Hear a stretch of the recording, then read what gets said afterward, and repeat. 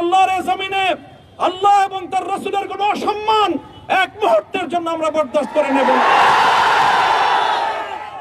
আমরা আমাদের সর্বোচ্চ ত্যাগ এবং কোরবানি স্বীকার করতে প্রস্তুত রয়েছি, জীবন দিতে প্রস্তুত রয়েছি। আল্লাহর জমিনে আল্লাহর দ্বীনের ঝান্ডা সমুন্নত করেই আমাদের যাত্রা থামবে ইনশাআল্লাহ। ওয়ালটন ফ্রিজ কিনে অনেকের মতো আপনিও হয়ে যেতে পারেন মিলেনিয়াল, সেরা পণ্যের সেরা অফার।